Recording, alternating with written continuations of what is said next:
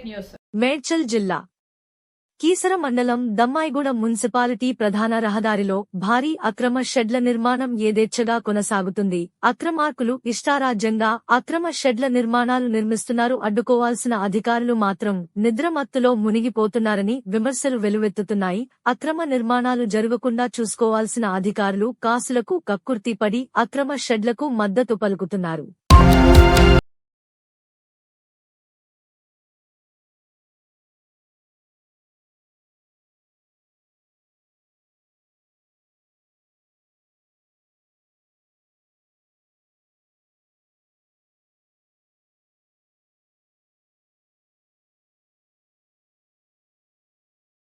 Updates కోసం మా channel ని సబ్స్క్రైబ్ చేయండి.